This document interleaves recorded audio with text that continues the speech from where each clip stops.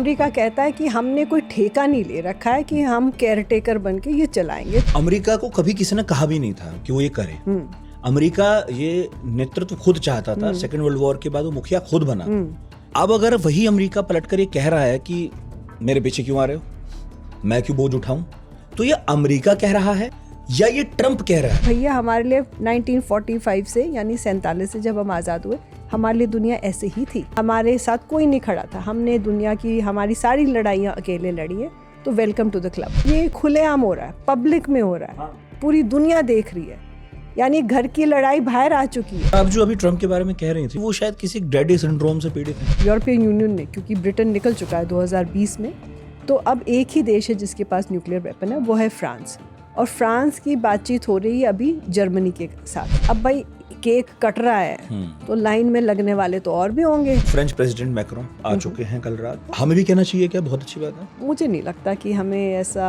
क्यों? सुबह में प्रपोज अमेरिका करता है, शाम को यूरोप करता है, उसके बाद इतने प्रपोजल्स हैं अब हमारे पास कि हमें चुनना मुश्किल हो रहा है किसके साथ चलें। ये कोल्ड वॉर जैसी स्थिति तो है ही नहीं। पर वो मुंबई में क्यों उतरे? मुंबई देखिए, अब प्रधानमंत्री भारत को एक अलग तरीके से भी दिखाना चाहते हैं।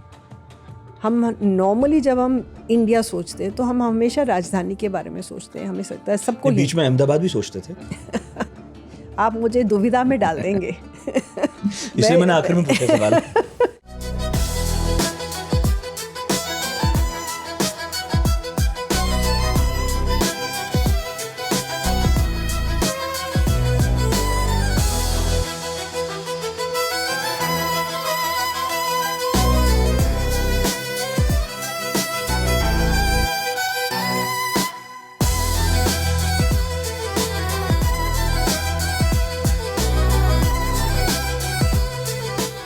साल के सिर्फ 2 महीने बीते हैं और जियोपॉलिटिक्स की दुनिया में लगातार कुछ ना कुछ बदल रहा है, शेप हो रहा है, और हम उस पर एक के बाद एक पॉडकास्ट कर रहे हैं। अगर इन 2 महीनों की बात ही करूं सिर्फ, तो 2 बड़ी चीजें हुई हैं।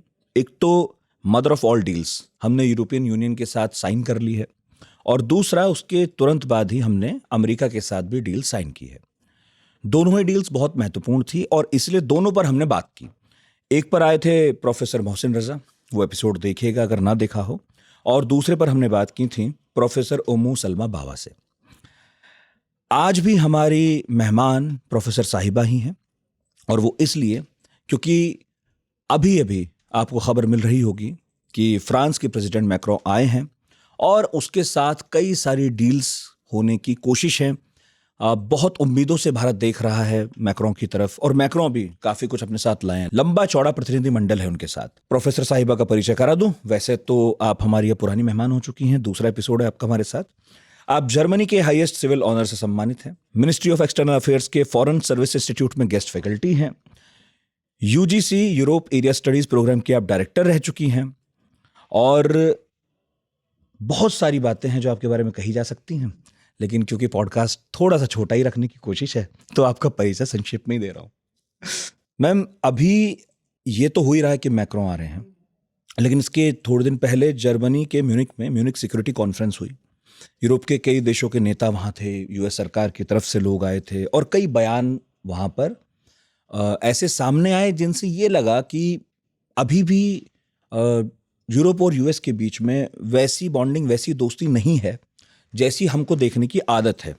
हिंदुस्तान की तरफ से हम जब भी देखते थे तो अलग करके कभी देखते नहीं थे यूरोप और अमेरिका को, लेकिन हाल फिलहाल ऐसा लगने लगा है कि दोनों थोड़ा सा अलग हैं, और दोनों भारत के साथ जिस तरह की डील्स कर रहे हैं वो एक दूसरे से आगे बढ़ने की भी चाहत है उनकी। वो एक दूसरे पर प्रेशर भी बना रहे हैं, और हमने भी उसे उस तरह देखा है। जब अमेरिका के साथ डील हुई तो हमने ये कहा कि एक्चुअली ट्रंप पर दबाव था मदर ऑफ ऑल डील्स का। तो हम तो इस तरह से देख रहे हैं, और ये भी देख रहे हैं कि यूरोप और अमेरिका एक दूसरे से थोड़ा सा आगे बढ़ने की कोशिश कर रहे हैं। क्या हमारी ये दृष्टि ठीक है? हम सही तरह से इस बात को देख रहे हैं, या फिर हम बस वैसे ही देख रहे हैं जैसे पहले देखते थे कि दोनों एक जैसे हैं, अब हम सोच रहे हैं दोनों अलग अलग हैं? हाँ, तो पहली बार नमस्कार और बहुत बहुत शुक्रिया दोबारा आमंत्रण देने के लिए। देखिए, म्यूनिक में अभी कुछ दिन पहले ही जो है म्यूनिक सिक्योरिटी कॉन्फ्रेंस हुआ था, जो 1963 से चल रहा है। तो उसका काफ़ी ऐतिहासिक एक स्टैंडिंग हो चुका है, महत्व है। और अभी आज के समय में उसकी जो एक इम्पोर्टेंस है वो बढ़ती जा रही है। उसमें आप देखेंगे तो यूरोप के सारे जो मुख्य नेता हैं और अमेरिका उस एक मंच पे आते हैं, और शुरू में पहले तो ये मंच सिर्फ उनके आपस का था, अब ये मंच खुल गया है। अब बाकी दूसरे देशों से भी वहाँ पे लीडर्स जा रहे हैं और स्टेटमेंट्स दे रहे हैं। और पिछले थोड़े साल से, और ख़ास तौर पे 2 साल से, हम ऐसे कह सकते हैं कि भूचाल सा उठ चुका है। यूरोप और अमेरिका, जिसकी आपने अभी बताया था, उसे हम एकजुट एक वेस्ट मानते थे, और भारत के लिए वो था कि एक ये वेस्ट है। अब हम कह सकते हैं कि पिछले साल से जब ट्रम्प राष्ट्रपति बने हैं, और जो ये इनके जो संबंध, यानी अमेरिका और यूरोप के संबंध में जो दरार आ गई है, ऐसे लगता है कि बहुत ही एक लंबे विवाह में डाइवोर्स पैदा हो रहा है। तो शायद आज काउंसलिंग चल रही है, ऐसा प्रतीत होता है। लगता नहीं है कि बात सही हो जाएगी। रिश्ते में दरार पड़ चुकी है, गांठ आ चुकी है, जो गांठ खुल नहीं रही है। और अब हमें भारत के नज़रिए से हम देखें तो हम बोलेंगे एक वेस्ट नहीं है, 2 है। एक अटलांटिक महासागर के ईस्टर्न साइड पे यूरोप है, और जो वेस्टर्न साइड है वहाँ पे अमेरिका है।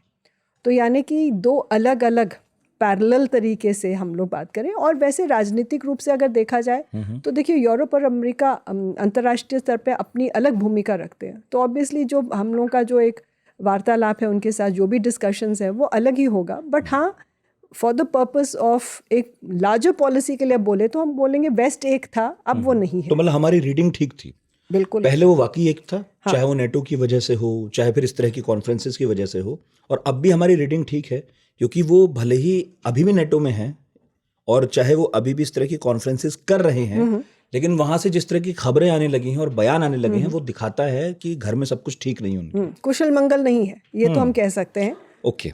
तो जब हमने डील की थी यूरोपियन यूनियन के साथ, तो ट्रंप और उनके साथियों के कुछ स्टेटमेंट्स ऐसे थे कि हिंदुस्तान ये भांप पा रहा था कि बहुत खुश नहीं है वो लोग, थोड़े से नाराज थे। फिर हमने ट्रंप के साथ डील कर ली। बिल्कुल। क्या यूरोप में भी थोड़ी बहुत नाराजगी हुई इस बात की कि भारत दोनों को बराबर करके देख रहा है, या भारत तो दोनों के साथ ही चलना चाह रहा है? भारत तो देखिए, दोनों क्या, सबके साथ चलेगा। वो तो जो हमारे राष्ट्रीय हित के लिए, नेशनल इंटरेस्ट के लिए जो इम्पोर्टेंट है, हम तो वो करेंगे। लेकिन हाँ, ये ज़रूर हुई थी कि दोनों तरफ के साथ पहल ज़रूर स्टार्ट हुई थी फ्री ट्रेड एग्रीमेंट करने के लिए। अमेरिका के साथ वो मामला जो है रुक गया था, और अमेरिकी राष्ट्रपति के पॉलिसी से जो यूरोप और भारत के ऊपर एक जो है ट्रेड को लेके एक दबाव बना, इसने एक ऐसा एक एनवायरनमेंट बना दिया कि दोनों, भारत और यूरोप और भी पास आ गए कि चलो हम फटाफट इसको कर लेते हैं। तो एक पॉलिटिकल प्रेशर बन गया था, जो फिर पिछले साल इन्होंने फरवरी में कहा था कि हम ये कर लेंगे दिसंबर तक। और फिर अभी आपने जैसे बताया दर्शकों को कि अभी 27 जनवरी को FTA साइन हुआ, और वो मदर ऑफ ऑल डील्स कहा गया, क्योंकि उसकी साइज़ अगर आप देखें वो क्या लेके आ रहा है, तो बहुत ही वाकई में बड़ा है, व्यापक है। हाँ। और उस एक हफ्ते के अंदर, यानी कि 27 को ये हुआ था, अगले हफ्ते अमेरिका ने अपने आप से यूनिलैटरली अनाउंस कर दिया कि हाँ, भारत के साथ समझौता हो गया है। क्या समझौता हुआ है अभी तक किसी को उतना कारगर रूप से पता नहीं है। उन्होंने काफ़ी चीज़ें बता दी हैं। हाँ, ये एक चीज़ कहा कि भाई ये जो इन्होंने 50% टैरिफ लगाया था, उसको उन्होंने तुरंत ही ऑटोमेटिकली रिड्यूस कर दिया है, 18 पे आके रुक गया है। तो एक थोड़ी सी सांस तो ले सके। कोशिश 1-1 करने की थी। बिल्कुल। उन्होंने कहा कि अगर वो वहाँ हो रहा है तो हम भी दिखा सकते हैं कि हम भी कर लेंगे। देखिए, किसी को ये भूलना नहीं चाहिए, और ख़ास तौर पे इंडिया में हम लोगों को पता होना चाहिए कि इतना बड़ा मार्केट और कहीं नहीं है जो इंडिया में है। और इंडिया जिस रफ्तार के साथ जो इकोनॉमिक ग्रोथ इंडिया में हो रही है, तो डिमांड यही होने वाला है। तो सब चाहेंगे कि भाई इंडिया से बात हो, इंडिया के साथ कोई डील बन जाए, सभी चाहेंगे। म्यूनिख सिक्योरिटी कॉन्फ्रेंस एक्चुअली है क्या, उस पर हमारे यहाँ इसलिए ज़्यादा बात नहीं, ऑब्वियसली, क्योंकि उसमें हमारा कोई स्टेक तो है नहीं। लेकिन अब क्योंकि दुनिया में बहुत कुछ ऐसा हो रहा है जिस पर हम अपनी नज़र रखते हैं, तो सबके मन में ये भी सवाल होगा कि होता क्या इस कॉन्फ्रेंस में, और हुआ क्या वहाँ ऐसा कि हम ये बात कह रहे हैं कि और ज़्यादा उभर कर आया कि सब ठीक नहीं है। तो देखिए, म्यूनिख सिक्योरिटी कॉन्फ्रेंस, जैसे मैंने बताया, 1963 में स्टार्ट हुआ था। एक प्लेटफॉर्म है जिसमें कि ख़ास तौर पे यूरोप के जितने भी राष्ट्र हैं उनके नेता उसमें आपस में एक दूसरे के साथ मिलके बात करते हैं। अब 1963 की बात करें तो वो कोल्ड वॉर का टाइम था। 1990 को जर्मनी का यूनिफिकेशन हुआ, एक दो अलग अलग देश थे एक बन गए, और म्यूनिक सिक्योरिटी कॉन्फ्रेंस और भी ग्लोबल प्लेटफॉर्म पे आ गया। और अब हम लोग बात करते हैं कि इंटरनेशनल पॉलिटिक्स में दूसरे इमर्जिंग पावर्स हैं। इमर्जिंग पावर्स यानी इकोनॉमिकली, पॉलिटिकली इनको कहा जाता है। तो अब इनको भी आमंत्रण किया जाता है कि आप आइए, मंच में बोलिए। जयशंकर गए वहाँ पे, उन्होंने भी बताया। तो दो चीज़ें तो आई, और ये था कि इस बार यूरोप में जितने भी वो लीडर्स वहाँ थे उस हॉल में, जब पिछले साल उपराष्ट्रपति JD वैंस बोले थे, उन्होंने तो ऐसे शब्द और ऐसे ताने कसे यूरोप के ऊपर कि समझ नहीं आया कि अपना घर का इंसान हमें ही चोट पहुंचा के चला गया, और यूरोप शॉक में चला गया था। ये उसके बाद हुआ था जब ट्रंप ने व्हाइट हाउस में यूरोपियन नेताओं की सामने ऐसे एक ग्रुप बना के बैठा दिया था, है, और यहाँ और फरवरी में ये कॉन्फ्रेंस हो रहा तो था। लगातार ह्यूमिलेट किया जा रहा था यूरोप को, ये तो है। और हम यहाँ बैठ के भले ही समझें कि यूरोप चुपचाप सर झुकाए बैठा है, ऐसा नहीं है। अंदर अंदर उनके बात हो रही होगी। देखिए, यूरोप के राष्ट्र भी वो भी अपना एक अहम रखते हैं, उनका भी अपना एक स्टैंडिंग है। ऐसा नहीं है कि उसमें दो देश हैं जिनके पास न्यूक्लियर वेपन्स है, UN सिक्योरिटी काउंसिल के मेंबर हैं, और अमेरिका अगर कुछ वेस्ट करके करना चाहे तो उनको फ्रांस और UK का सहयोग तो चाहिए, अकेले तो होगा नहीं। बट पिछले साल JD वैंस ने जैसे होश उड़ा दिए। कभी आपने सोचा नहीं था कि ये जो एक ग्रुप है, ये आपस में जो नेटो के मेंबर्स हैं, और यूरोप के साइड तो वो यूरोपियन यूनियन के मेंबर हैं, लेकिन ऐसा कोई ताना कसेगा उनके ऊपर कि आप ये क्या कर रहे हो। तो इस साल जब JD वैंस तो नहीं आए, secretary of state Marco Rubio आए थे, तो वहाँ पे बिल्कुल जैसे सन्नाटा सा था कि अब क्या बोल जाएंगे, कि अब कैसे, कौन सा एक और भूकंप आने वाला। तो रूबियो का अगर आप स्टेटमेंट देखें और स्पीच सुने तो उनका जो स्टेटमेंट है, शब्दों का प्रयोग थोड़ा सा कम वो था निशाने पे, लेकिन बात वही थी, वही चोट पहुँचा दी कि भाई आप जो हैं हमारे कारण जो है जी रहे हैं, हाँ बस। और यूरोप के फिर लोगों ने कहा कि नहीं, ऐसा नहीं है। तो अगर 2 साल में, अगर हम जैसे रिसर्च में कहते हैं भाई एविडेंस होना चाहिए, तो हम 2 साल लगातार देख रहे हैं कि अमेरिका यूरोप के ऊपर ताने कस रहा है, और यूरोप के जो है आत्मसम्मान को उसने एक ठेस तो पहुंचाई है, और यूरोप उठ रहा है, ऐसे कह रहा है कि नहीं अब बहुत हो गया, अब पानी सर के ऊपर जा चुका, अब हमें खड़ा होना पड़ेगा। क्योंकि उन्होंने कहा कि west is declining and you have to, civilisational decline बोल दिया। अब देखिए, सिविलाइजेशनल डिक्लाइन तो बहुत बड़ी बात है।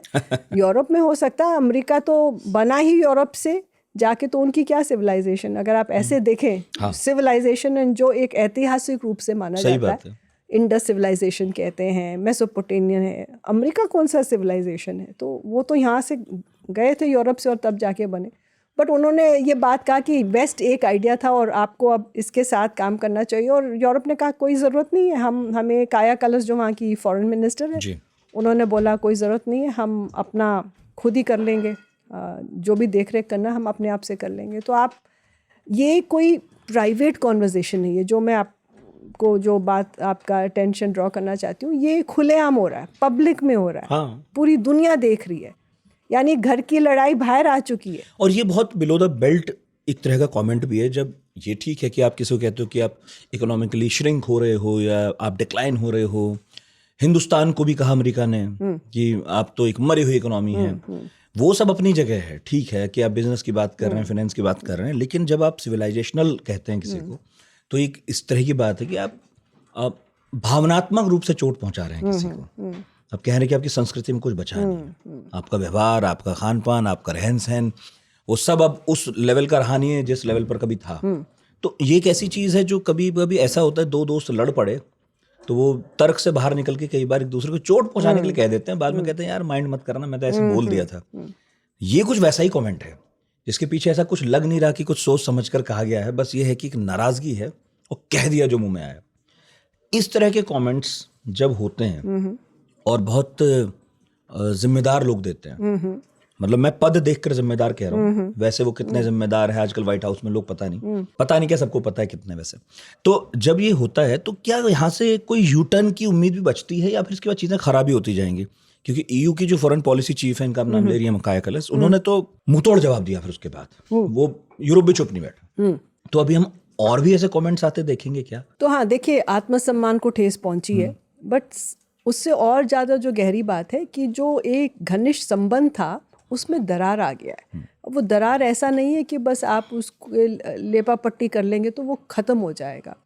पॉलिटिकल दरार आ चुकी है, कॉमन अंडरस्टैंडिंग में दरार आ चुकी है, और उस चीज़ पे है कि देखिए, ये नहीं है कि आपने दोस्ती का जिक्र करा जो आपने कहा, और ठीक है दोस्त फिर कर लेते। यहाँ पे ये दोस्ती बहुत गहरी और एक पूरे इंटरनेशनल सिस्टम की एक बुनियादी ईंट है, वो जो 1945 में शुरू हुई, वो ईंट बज गई है। मतलब वाइट सुप्रीमेसी का गठजोड़ था वो, आप उसको कह सकते हैं वैसे जाए तो, लेकिन सारे देश उसके हिस्से बन गए।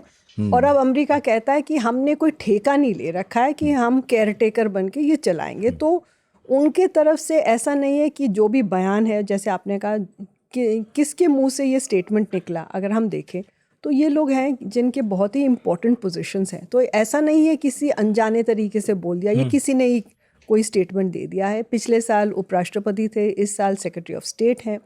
तो ये लोग प्रशासन के अहम हिस्से हैं। हाँ, ट्रम्प के दाएं और बाएं हाथ हैं। तो अगर ये लोग बोले तो आप मान के चलिए कि अमेरिका ने जैसे कि एक तरीके से दावा कर दिया, सीना ठोक के बोल दिया कि देखो हम अलग हैं, तुम अलग हो। मैम, पर मेरे मन में ना एक प्रश्न उठता है, वो ये है कि जब अमेरिका ये आज कहता है, और अमेरिका कहता है या ट्रम्प कहता है, जो भी कहते हो, वो ये कहते हैं कि हमने ठेका नहीं ले रखा कि हम आपको लेके चलेंगे और आपका बोझ हम सहन करें, ढोएं। अमेरिका को कभी किसी ने कहा भी नहीं था कि वो ये करे। अमेरिका ये नेतृत्व खुद चाहता था। सेकेंड वर्ल्ड वॉर के बाद वो मुखिया खुद बना।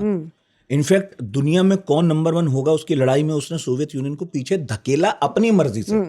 कभी ब्रिटेन ने तो चाहा नहीं था, लेकिन सेकेंड वर्ल्ड वॉर के बाद वो इतने कमजोर हो गए कि वो खुद ही बैक सीट पर आ गए, अमेरिका आगे चला गया। अमेरिका ने कहा, उन्हें विश्वास दिलाया कि तुम मेरे पीछे चलोगे तो सुरक्षित रहोगे, सोवियत यूनियन से भी सुरक्षा दिला दूंगा, है ना। नॉर्थ कोरिया का डर दिखाता रहा, चाइना का डर दिखाता रहा। अब अगर वही अमेरिका पलटकर ये कह रहा है कि मेरे पीछे क्यों आ रहे हो, मैं क्यों बोझ उठाऊं, तो ये अमेरिका कह रहा है, जो बाइडेन तक तो नहीं कहते थे, या ये ट्रंप कह रहा है? कह कौन रहा है? अमेरिका का मेरा मतलब है फिर कि वो सारे बड़े बड़े प्लान करने वाले लोग जिनके बारे में हम कहते हैं ये तो 20 साल 30 साल दूर का प्लान करते हैं, ये ऐसा नहीं है कि कोई प्रेसिडेंट आके फॉरेन पॉलिसी ऐसे मोल्ड कर देगा, ये तो बड़े सोच समझ के थिंक टैंक्स तय करते हैं। ये वो अमेरिका कह रहा है, या वो एक आदमी कह रहा है जिसका दूसरा कार्यकाल चल रहा है और 2-3 साल बाद खत्म हो जाएगा? नहीं, बहुत ही आपने अच्छा प्रश्न पूछा, क्योंकि हम आमतौर पे जब हम कहते हैं अमेरिका कहते हैं तो हम जो भी स्टेटमेंट निकलता है पूरे देश के साथ जोड़ते हैं, और वो स्वाभाविक है।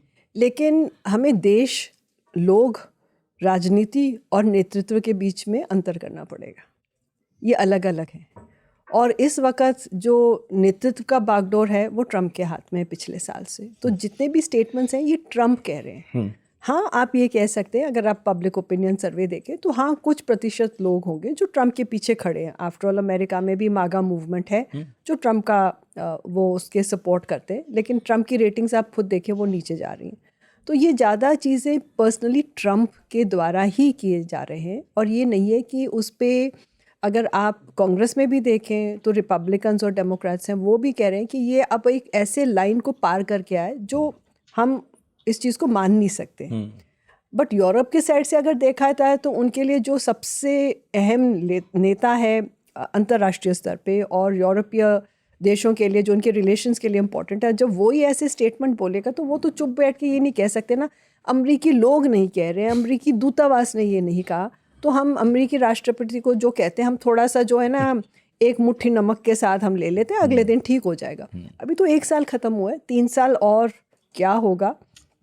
तो इस बार म्यूनिक सिक्योरिटी कॉन्फ्रेंस में जो चित्र डाला गया था, वो रिपोर्ट जो निकलती है कॉन्फ्रेंस के पहले, तो उस पर एक हाथी था, क्योंकि ग्रैंड ओल्ड पार्टी का सिंबल हाथी है, और वो कहते हैं जब हाथी चलता है तो बेचारी घास भी रोने लग जाती है, और 2 हाथी लड़ेंगे तो फिर तो घास का, हाँ। तो और उसको कहा गया रेकिंग बॉल, यानी कि एक जब आप किसी बिल्डिंग को तोड़ना चाहते हैं तो एक बहुत बड़ा लोहे का एक बॉल लाके उसको मारते हैं, तोड़ते हैं और फिर वो टूट के गिरता है। तो वो कहते हैं कि इन्होंने वही उस चित्र का एक इस्तेमाल करके कहा कि ये देखिए, तो यूरोप के लिए ऐसा नहीं है। वो अब इस वक्त वो नेतृत्व जो कह रहा है वो ऐसे लगता है कि यूरोप से निकल रहा है। बट हाँ, बिजनेस के स्तर पे बिजनेस चल रहा है, लोग आते जाते हैं, लेकिन काफ़ी स्तर पे लोगों के ऊपर प्रभाव पड़ा है। वो गर्मजोशी नहीं है। हाँ, अब बिजनेस तो होगा ही, सबको बिजनेस सबकी तो देखिए जरूरत बंद है, नहीं हो चीन जाता सबसे हो रहा है। है। हाँ, बिजनेस कोई बंद नहीं हो जाता है, बट हाँ टैक्स बढ़ गया है, जो चीज़ें पहले नहीं थी। तो रोज़मर्रा ज़िंदगी में जो है चेंज तो आ ही गया। अच्छा, इसको आप ऐसे भी देखती हैं क्या? ठीक है, ये वर्ल्ड अफेयर्स का पॉडकास्ट है तो हम उस नज़रिए से देखते हैं, मगर अगर ये कह रहा है कि सिविलाइजेशनल डिक्लाइन है, तो क्या हम इसे एक हिस्ट्री की ऐसी टाइमलाइन पे भी देख सकते हैं क्या, जो मैंने अभी इशारा भी किया था कि जब white supremacy definitely second world war के बाद भी रही और फर्स्ट वर्ल्ड वॉर में भी ज़्यादातर गोरे नेता लड़ रहे थे। अगर मैं इससे मतलब बिल्कुल परहेज़ ना करूँ साफ साफ बोलने में, ये सदी थोड़ा सा, ये तो आप मानेंगी कि अब तक 25 साल बीते हैं सदी को, लेकिन चाइना आ गया है, बड़े खेल में अब शामिल है।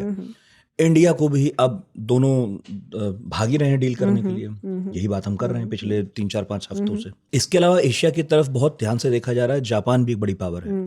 तो क्या ऐसा हुआ है कि जो 100 साल का कि स्टेटस को बना हुआ था, जिसमें गोरे लोग राज कर रहे थे, जिसमें वो इस बात की चिंता करते थे कि 2 या 3 लोग फ्रांस में मर गए, बेल्जियम में आतंकवाद का शिकार हो गए, लेकिन एशिया में आतंकवादी हमलों में लोग मरते थे तो उन्हें बहुत खास चिंता नहीं होती थी। 9/11 के बाद अचानक से उन्हें ख्याल आया कि टेररिज्म होता है। उसके पहले वो पाकिस्तान की तरफ बिल्कुल कोई बयान भी नहीं देते थे, क्योंकि वो उनका हिस्सा बना हुआ था उनकी ही गठबंधनों का लगातार। तो क्या ऐसा हुआ है, जैसा होता भी आया है, कि एक जो दोस्ती चली आ रही थी, जिसमें एक ये प्यार मोहब्बत थी कि भाई ये भी हम जैसे हैं, हमारी तरह के हैं, अब ये टूटने लगा है। और हर जगह ऐसा होता ही है कि एक वक्त के बाद दरार आनी ही थी। तो अगर मैं डिप्लोमेसी की दुनिया से हट के बात करूं, तो क्या ये सिविलाइजेशन की टाइमलाइन पे एक बहुत ही स्वाभाविक दरार है, स्वाभाविक टूटन है? अच्छा, जब आपने सिविलाइजेशन की बात उठाई तो देखिए फिर हम बहुत ही लंबे समय का एक अकाउंट लेते हैं। और अगर हम उस तरीके से देखें तो हम ट्रांजिशन ऑफ पावर, हम लोग इंटरनेशनल पॉलिटिक्स में पढ़ाते हैं, तो हम कहते हैं ट्रांजिशन ऑफ पावर हो रहा है, पावर ट्रांजिशन। और ये बहुत सारे फैक्टर्स से होता है, जैसे कि इसमें उतार चढ़ाव आता है। तो एक लहर है ये, जो आज था वो कल बनेगा, और जो कल था वो आज का आज बन जाएगा। तो ये एक साइकिल में चलता रहता है। हमारे इंडियन फिलॉसफी के हिसाब से तो बहुत ही अच्छा है, क्योंकि कल और कल में कोई फ़र्क ही नहीं है। तो कल हम थे, आज हम दोबारा आ गए हैं वापस मंच पे। लेकिन हम क्या देख रहे हैं, देखिए 45 से अगर हम अभी तक का लें, 2026 में है, तो 80 साल तो हो गए हैं ना। तो 80 साल के एक सिस्टम को चलते चलते इसमें बहुत परिवर्तन आ चुका है। जब 45 में देखें, यूएन में स्टार्टिंग में कितने 40-50 राष्ट्र थे, आज 190 के ऊपर है। तो जो भूगोलिक रूप से भी देखा है और पॉलिटिकली देखा जाए, तो जो आवाज़ है, जो एक मंच पे बैठता है, वो बहुत ही व्यापक और बड़ा हो गया है, और डिफरेंसेस बहुत हो गए हैं। तो कहीं ना कहीं एक सिस्टम को जो एक 80 साल पहले बनाया गया था, वो सिस्टम अब कमज़ोर पड़ गया, वो उस चीज़ को रिफ्लेक्ट नहीं करता है। अगर हम सिक्योरिटी काउंसिल की भी बात करें, वो उस समय के जो देश जो जीत गए थे उनको वो सीट मिली थी। अगर आर्थिक रूप से देखा जाए तो भारत तो आज वो जो है शिखर की तरफ तेज़ी से जा रहा है, दौड़ रहा है। वो तो कोई भी इस रेस में इतना तेज़ नहीं दौड़ रहा है। तो इंडियन इकोनॉमी जो है हर मंजिल को पार करते हुए, जैसे हम कह रहे हैं, वो आगे निकल रही है। तो 4 में है, 3 पे पहुंच जाएंगे, ठीक है। 1 और 2 को पहुंचने में थोड़ा सा टाइम लगेगा, बट वो जाएगा, वो नेचुरल है। तो जब आपकी पावर बढ़ेगी तो सिस्टम में चेंजेस आना स्वाभाविक है, और उन पर दबाव भी बढ़ता है, उनके ऊपर दबाव। अगर चाइना बड़ा हो रहा है, हाँ। तो यूरोप और अमेरिका ने अगर मिलकर कभी तय किया होगा कि चाइना को बड़ा नहीं होने देना है, तो अब उनमें से एक तो ये चाह ही रहा है कि चाइना के साथ हाथ मिला लेते हैं। अब कब तक उससे नहीं, चाइना से तो हाथ मिल, दोनों का हाथ मिले, ज्यादा कौन अब कौन गले मिल जाएगा, हाथ तो दोनों के मिले। देखिए वो 1972 में अगर मैं थोड़ा सा पीछे जाऊं, तो किसिंजर और निक्सन चाइना गए थे, और चाइना का दरवाजा खोला था उन्होंने दुनिया के लिए। और तब से चाइना जो है सिस्टम में आने लग गया। चाइना की अर्थव्यवस्था में जो ऐसा परिवर्तन आया जो किसी ने देखा नहीं है इतने शॉर्ट स्पैन ऑफ टाइम में। और चाइना अगर हम मैन्युफैक्चरिंग की तरफ से देखें तो वर्ल्ड्स लार्जेस्ट मैन्युफैक्चरिंग कंट्री हो गया है, कहीं पे भी इतना और कोविड के दौरान ही हमें एहसास हुआ कि हम सारे इसी एक सप्लाई चेन से जुड़े हैं। सब ने जैसे अपनी फ़ोन चार्जिंग करनी है तो एक ही पॉइंट है, मेन पॉइंट किसी ने बंद कर दिया तो पता चले भाई सबकी बैटरी बंद हो जाएगी। ये हमें एहसास हुआ कि हम लोग कितने गंभीर पोजीशन में, जैसे हम कहते हैं वल्नरेबल हैं, नाजुक स्थिति में है कि भैया चाइना ने आपको गले से पकड़ रखा है, ऊपर से प्यार दिखा रहा है, अंदर से गले को पकड़ रखा है, कभी भी किसी वक्त आपका जो है जीना हराम कर सकता है। तो इसी कारण जो है पॉलिटिकली एक वो एहसास हुआ और जिसे हम कहते हैं डाइवर्सिफिकेशन शुरू हुआ।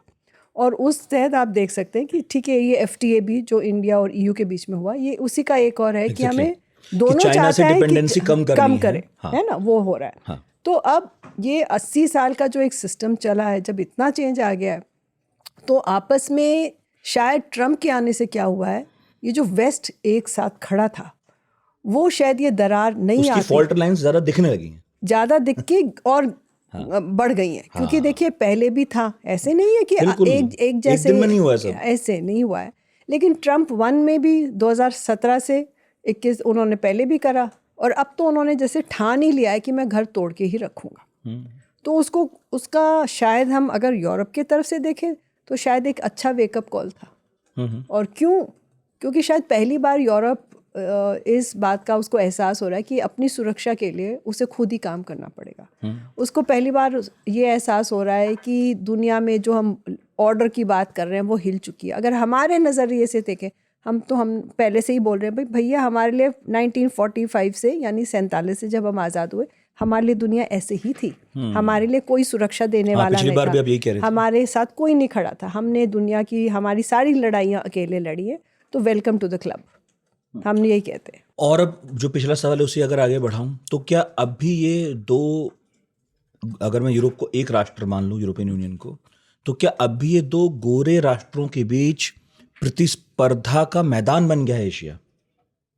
फिर मैं से ऐसे मानूं कि एशिया और यूरोप या एशिया और अमेरिका को मैं अगर प्रतिस्पर्धी न मानूं तो ये वो दोनों प्रतिस्पर्धी हैं और इसमें वो हमारा साथ चाहते हैं, बस हम तो बस साइड हीरो हैं। नहीं भैया, हम तो साइड हीरो नहीं है, हम तो अब मेन बन जाएंगे। अब देखिए, अगर आप बोले आप हीरोइन है तो फिर सब आपका हाथ पकड़ना चाहते हैं, क्योंकि सबसे ज़्यादा ये देखिए वाइट और ब्लैक कहना भी गलत होगा ऐसे तरीके से, क्योंकि देखिए ना अमेरिका ना यूरोप के जितने भी देश हैं ना पूरी तरह वाइट है ना ब्लैक है। बिल्कुल, आई मीन इतना आज इमिग्रेशन और इन सब चीज़ों लेकिन मैम देखिए, आप कितना भी कहिए, नेतृत्व में तो नहीं दिखता। तो जैसे हम अपने यहाँ ये बात मानते हैं कि भले ही हम कितने ही लोकतंत्र हो गए, लेकिन अभी भी दलितों का या महिलाओं का वैसा प्रतिनिधित्व नहीं है हमारे सिस्टम में जैसा हमने चाहा था।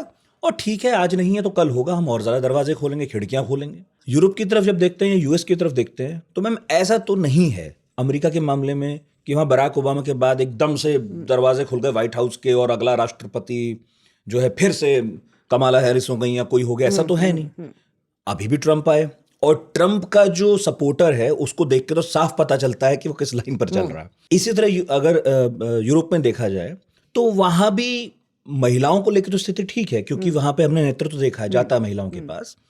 बट अभी मैं देख रहा था यूके में मार्गरेट थैचर के बाद दूसरी प्रधानमंत्री बन पाई थी और वो भी 1-2, 3-4 महीने की कहानी थी।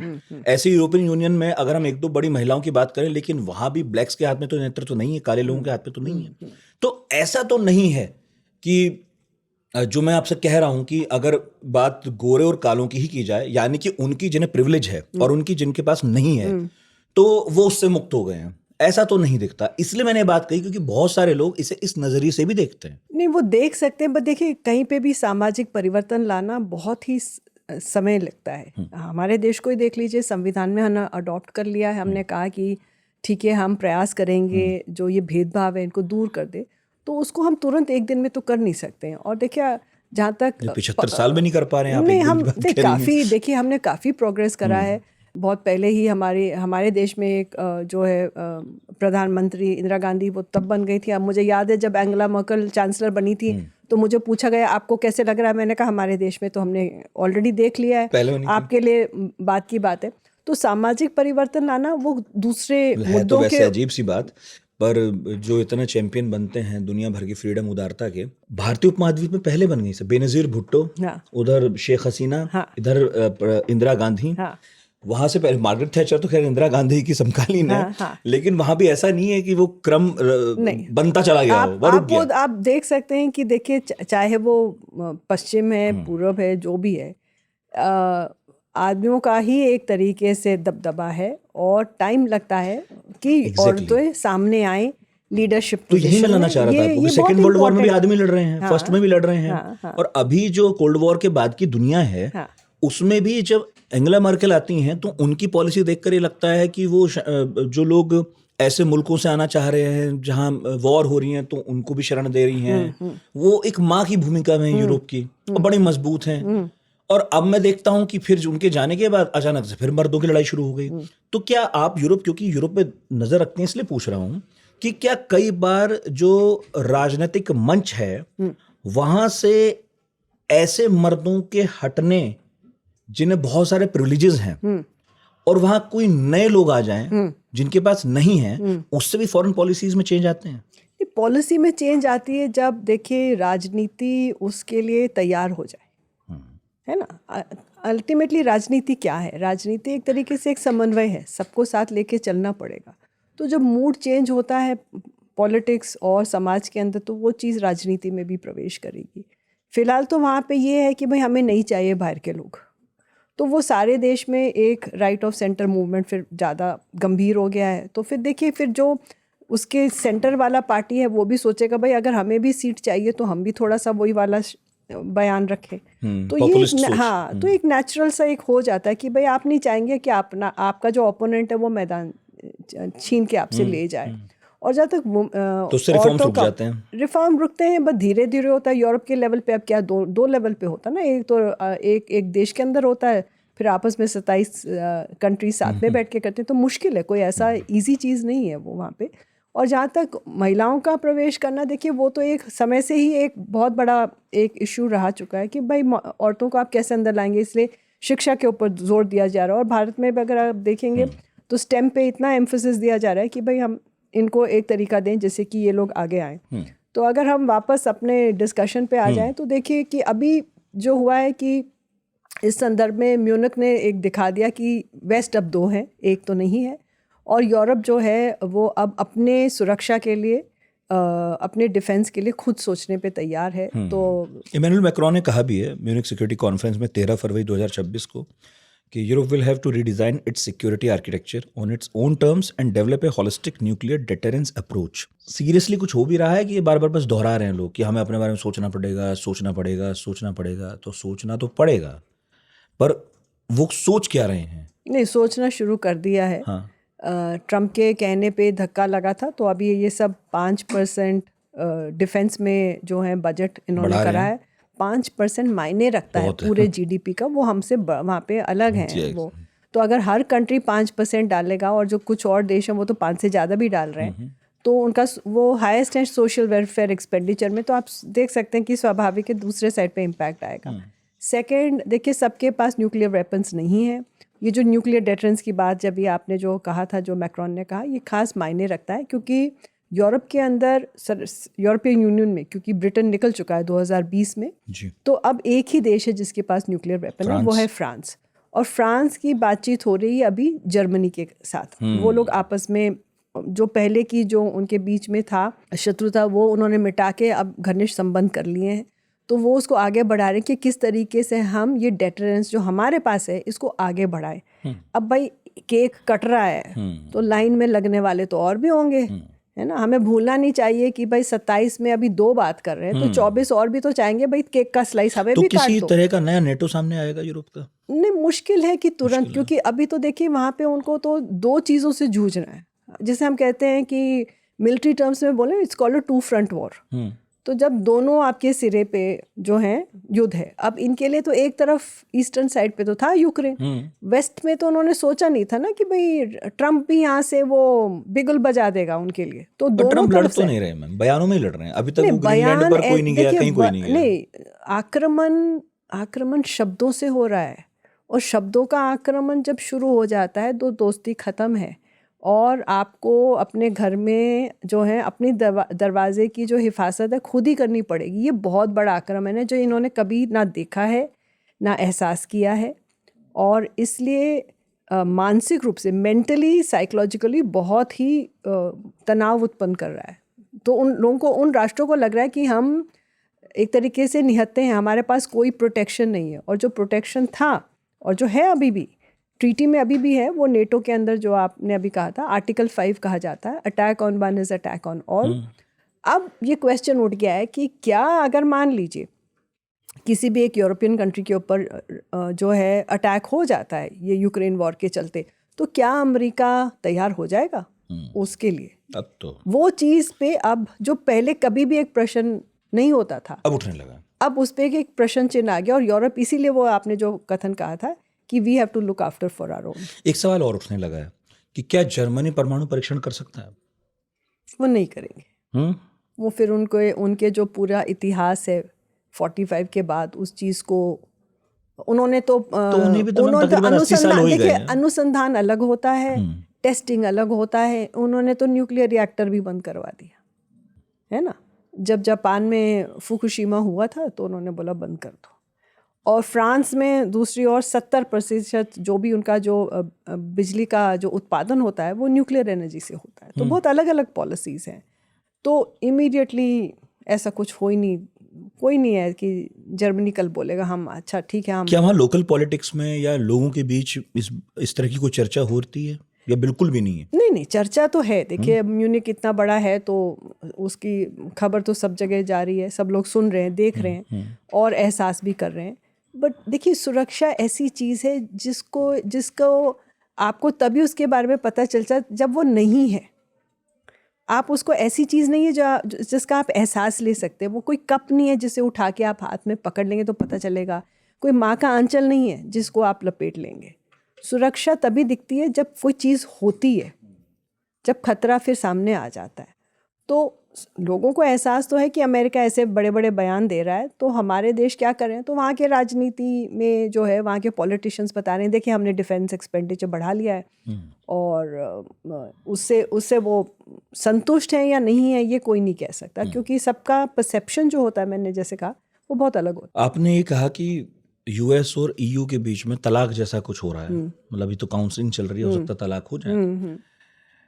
तो ये हमारे प्रोड्यूसर मानव, इन्होंने सवाल लिखा था कि ये पूछिएगा कि फिर इसमें पिस कौन रहा है? क्या यूक्रेन वो बच्चा है जिसका भविष्य खराब हो जाएगा? नहीं, यूक्रेन तो इन दोनों के रिश्तों के बाहर हैं, वो तो पड़ोसी हैं थोड़े दूर के। पिसाई तो बहुत चीज़ों की हो रही है, एक लंबे घनिष्ठ संबंध का, एक ऐतिहासिक कनेक्ट जो अब 80 साल का हो चुका है, आपसी लोगों के बीच में रिश्तों का, बिजनेस भी पिस रहा है।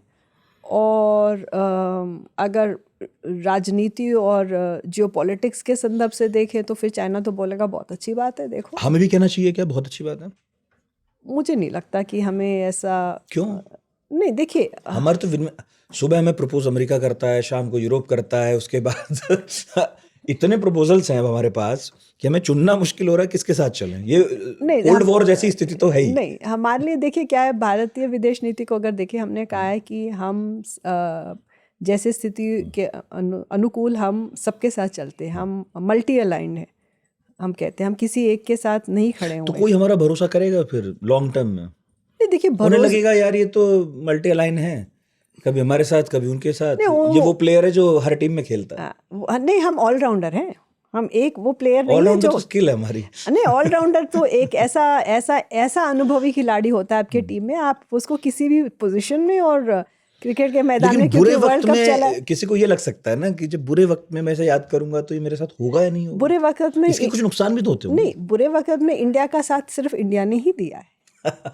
ये बहुत मैं उधर से कह रहा हूँ कि क्या यूरोप या अमेरिका या कोई और देश भारत पर इस मामले में विश्वास कर सकता है कि जिस वक्त हमारा बुरा वक्त आएगा हम पुकारेंगे, इंडिया हमारे साथ ही खड़ा होगा? भारत ने तो देख लिया उसके साथ कोई नहीं होता है। एक इजराइल ने कहा था, क्योंकि इजराइल के पास भी कुछ चारा तो है नहीं, अब कहाँ जाएगा। लेकिन भारत के साथ कोई नहीं खड़ा होता। क्या भारत किसके साथ ऐसे खड़ा होगा? अब देखिए, अगर आप अब FTA को ले, जो अभी EU और US के साथ भी वो हो ही रहा है, तो आप उसको कह ही सकते हैं कि एक दूसरे के साथ खड़े हैं, क्योंकि आपने फिर अपने देश के अर्थव्यवस्था को मजबूती करा है, प्रोटेक्ट करा है। तो वो एक सिक्योरिटी के लेंस से ना देखे, लार्जर सिक्योरिटी फ्रेम से देखे तो एक दूसरे के साथ खड़े हैं। बट अगर प्योरली सिक्योरिटी और फॉरेन पॉलिसी में देखें तो फिर देखिए, ट्रस्ट एक ऐसी चीज़ है जो समय के साथ ही बनता है और टूट भी सकता है। जैसे अभी हमने देखा 80 साल का एक रिश्ता जो है हिल रहा है, और हमने अमेरिका के साथ कोल्ड वॉर ख़त्म होने के साथ पिछले 25 साल में एक रिश्ता बनाया, वो भी हिला थोड़ा, और अब कोशिश की जा रही है उसको संभाला जाए। तो रिश्तों को आपको हमेशा संभालना ही पड़ता है। ऐसा नहीं है कि एक दिन हो गया तो वो खत्म हो जाता। और मतलब कागज पर लिखने भर से कुछ तय भी नहीं होता, आई थिंक। नहीं, क्योंकि ऐसे तो सऊदी अरब और पाकिस्तान ने भी पैक्ट कर रखा है बिल्कुल, कि एक पर हमला दूसरे पर हमला मान लेंगे। तो पाकिस्तान ने तो यही सोचा हुआ कि इंडिया करेगा तो सऊदी आएगा। स्थिति ये है कि सऊदी पर हो रहा है तो पाकिस्तान को सोचना पड़ रहा है कि हम लड़ें या ना लड़ें। देखिए, वो उन्होंने कुछ करा है, ज़रूरी नहीं है कि कुछ, वो एक राजनीतिक ज़्यादा मैसेज है, बस। और उससे ज़्यादा उसको अभी फिलहाल हम उतना मतलब कागजों पर अगर साइन हो भी जाए तो उसका ये मतलब नहीं है कि जब वाकई कुछ होगा तो कोई जाएगा लड़ने किसी के लिए। देखिए, वो डिपेंड करता है कि कौन सा कागज कौन से देश, आप इसको जनरलाइज नहीं कर सकते।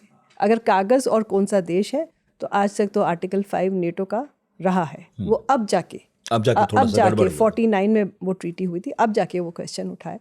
बाकी तो आपको फिर इंडिविजुअली देखना पड़ेगा कि कौन सी ट्रीटी या कौन से अंडरस्टैंडिंग के बारे में बात कर रहे हैं। मैम, म्यूनिक में ही विदेश मंत्री से पूछा गया जयशंकर से क्वाड समिट के बारे में। उन्होंने कहा है कि इस साल नहीं भी हुआ समिट तो ओवर रीड ना करें। बेसिकली सवाल टालने की कोशिश है ये, या वाकई उनके बयान में कोई ईमानदारी थी, या जिन्हें क्वाड बनाना था उनका ही इंटरेस्ट नहीं बचा, तो हम क्या कहें, हुआ क्या है? क्वाड खत्म हो गया है क्या? नहीं, ख़त्म नहीं हुआ है। देखिए, हाँ, समय समय पे मीटिंग होती है, और म्यूनिक के संदर्भ में भी जो विदेश मंत्री चारों देश के हैं वो मिले हैं वहाँ पे, ऐसा नहीं है कि नहीं मिले। बट क्वाड लीडर्स समिट का मीटिंग जो होता है वो अलग होता है, फिर उसका मतलब है ट्रम्प और प्रधानमंत्री मोदी और ये सब लोग मिलेंगे, तो नहीं हुआ है। और उन्होंने कहा कि डोंट ओवर रीड, क्योंकि एक एवरीडे लाइफ में बहुत सारी चीज़ें होती हैं, और अगर आप सिर्फ एक इंसिडेंट इवेंट के लिए वेट कर रहे हो, उसी से आप बयान निकालना चाहते हैं, तो वो कहते हैं कि उसको वैसे मत देखिए। और शायद मे बी पॉलिटिकली सेंसिटिव है अभी, तो वो चाहते होंगे कि थोड़ा सा वक्त निकल जाए तो तब दोबारा पहल की जा सकती है। लेकिन बना तो इसीलिए था कि जो चाइना का आक्रामक रुख है उसे किसी तरह से न्यूट्रलाइज किया जा सके। मतलब ऑस्ट्रेलिया भी हो, जापान भी हो, उसे डर ना महसूस हो, उसे लगे कि नहीं ठीक है हमारे साथ इधर तो भारत खड़ा है, उधर अमेरिका खड़ा है। लेकिन ट्रम्प की पॉलिसी देखकर तो ये महसूस होने लगा है कि वो अपने परंपरागत शत्रुओं के प्रति ज्यादा नर्म है। वो क्वाड को इसलिए मजबूत कर ही नहीं रहे क्योंकि उससे चीन चढ़ जाएगा, या वो जेलेंस्की के साथ नरमी से इसलिए पेश नहीं आते, उससे पुतिन चढ़ जाएंगे। तो ट्रम्प को जितना बहादुर कहा जा रहा था या बहादुर दिखाया जा रहा था वो उतने है भी नहीं। तो क्या क्वाड पर प्रभाव पड़ रहा है उनकी इस मतलब ना बहादुरी का? क्योंकि वो नहीं परेशान करना चाहते चीन या रूस को, ये तो कम से कम एक साल में दिखाई है। हाँ, देखिए, उन्होंने एक अलग दृष्टिकोण अपना लिया है, और ट्रम्प की क्वाड की शुरुआत तो ट्रम्प से ही शुरू हुई थी 2017 में। तो उम्मीद ये लगाई जा रही थी कि अब दूसरे टर्म में वो उसमें ज़्यादा इंटरेस्ट, तो नॉर्थ कोरिया को भी नहीं डराते? नहीं। तो देखिए, ट्रम्प एक आम तौर पे यूजुअल पॉलिटिशियन नहीं है, ये हमें समझ लेना चाहिए। वो एक बिजनेसमैन है और डील करना पसंद करते हैं, तो उनका सबके साथ रवैया भी ऐसे डील का है। अगर वो डील रखेंगे, पहले वाले में तो मैम इतना नहीं दिख रहा था, इस बार कुछ ज्यादा उल्टे बल्ले से खेल रहा है वो। हाँ, देखिए, उनको ये लगा कि उनसे वोट छीन लिया गया था, उन्होंने जैसे बोला। और इस बार वो जैसे उनको पता है लास्ट है, बट वो बीच बीच में बोलते हैं कि शायद मैं ना जाऊं, मैं कुछ ऐसे शर्त हो जाए या ऐसी कंडीशन हो जाए मैं कंटिन्यू करूं, तो वो बीच बीच में धमकी देते रहते हैं अपने भी। अपने यहाँ पे भी देते हैं। तो ये ऐसे ही धमकी बाहर के लिए नहीं है, वो अपने लोगों को भी बता रहे हैं। हाँ, तो उन्होंने वो है। और जहाँ तक इन सब चीज़ों का, हाँ, आप शायद जो आप बात कह रहे हैं कि किसी ने उम्मीद नहीं करा था कि वो पुतिन या रशिया या चाइना के तरफ इतनी एक सिंपैथेटिक व्यू से पेश आएंगे। कभी पहले तो देखिए वो दोनों दिखाते हैं, नरमी और सख्ती, पहले नरमी दिखाएंगे, फिर कुछ नहीं होता, सख्ती दिखाते हैं, फिर दोबारा नरमी में आ जाते हैं। तो ये तो उनका एक सिलसिला चला रहता है।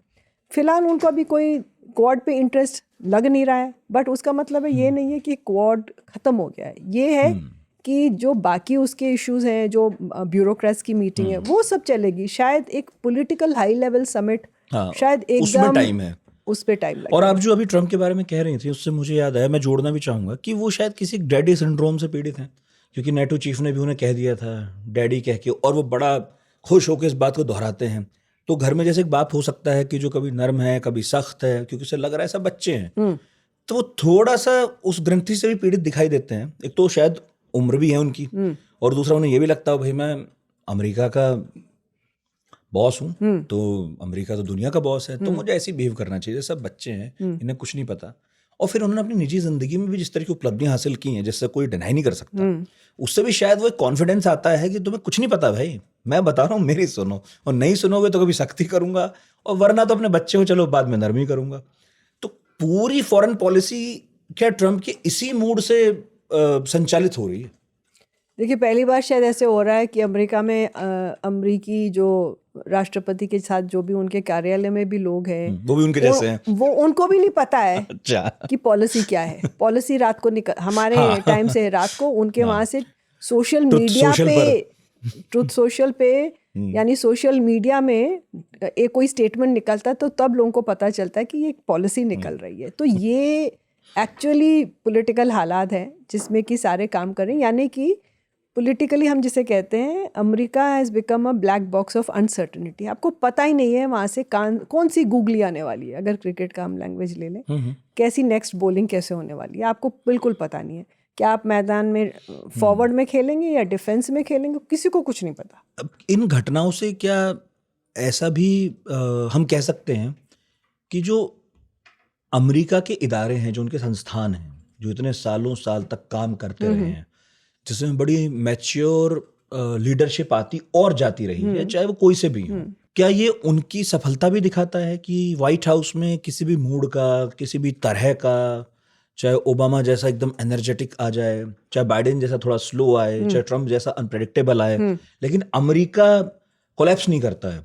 अमेरिका के इदारे अपना काम करते रहते हैं। मतलब देश तो कम से कम आप ये नहीं कह सकते कि अचानक से किसी चीज़ में अचानक डिक्लाइन आ गया है। अभी तो वो नंबर भी दिखा रहे हैं कि देखिए हमारे यहाँ बेरोजगारी आंकड़ा भी घट गया है, महंगाई भी कम हो गई है, हमने मुनाफे भी कमा लिए हैं।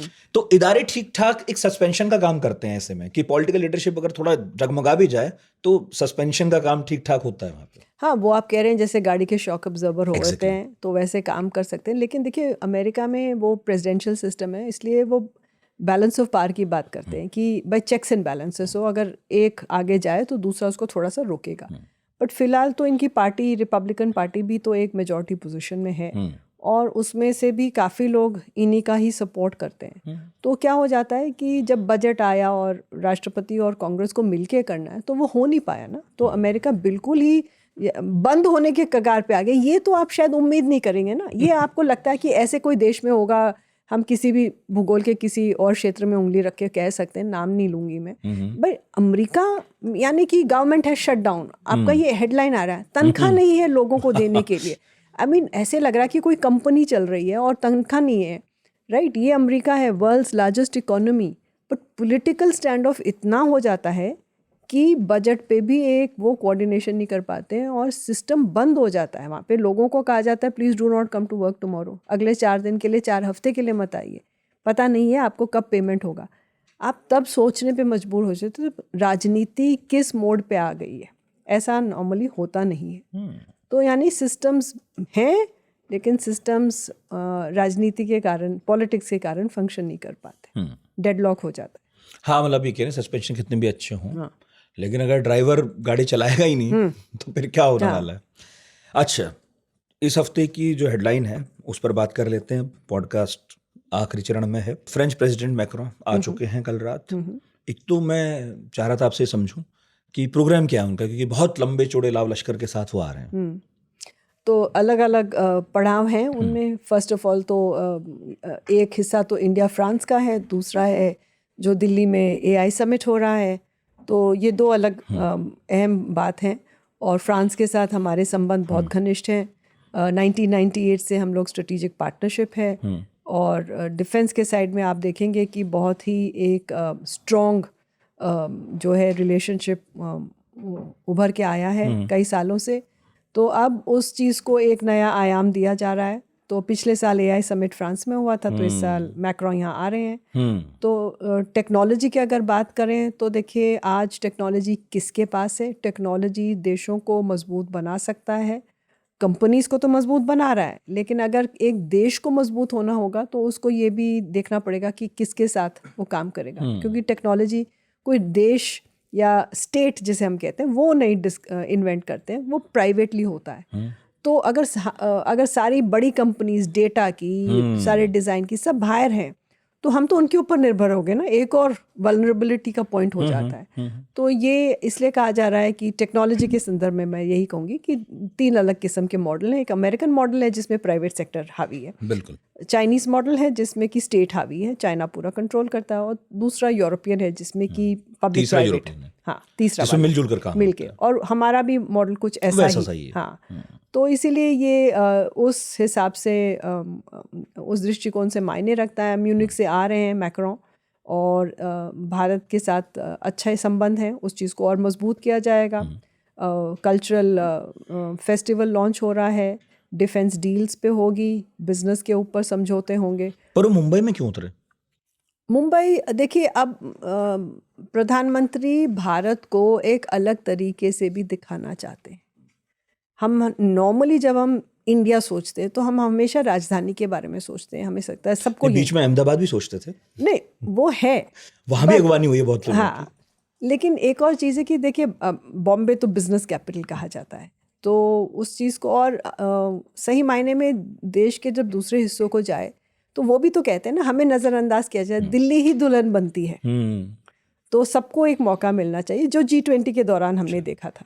तो इसीलिए वहाँ पे है एक शोकेसिंग, और देखिए हम वो राफेल को अपनी नेवी में इंटीग्रेट कर रहे हैं। हाँ, उस पर बहुत चर्चा है। हाँ, तो इसीलिए मैरीटाइम 144 के करीब। हाँ, मैरीटाइम पुश जो है तो वो बॉम्बे से आप देख सकते हैं, मैरीटाइम सिक्योरिटी की तरफ वो पुश, एक संकेत दिया जा रहा है। और उसके बाद तो ऑफ कोर्स दिल्ली आएंगे AI समिट के लिए, और वो दोबारा एक जो है वेस्ट और इंडिया के साथ एक और जो है समन्वय का एक पॉइंट सामने आएगा, और उसके बाद फिर वो आगे बेंगलोर जाएंगे दूसरे फ्रेंच कंपनीज वगैरह को देखने के लिए जो वहाँ पे हैं।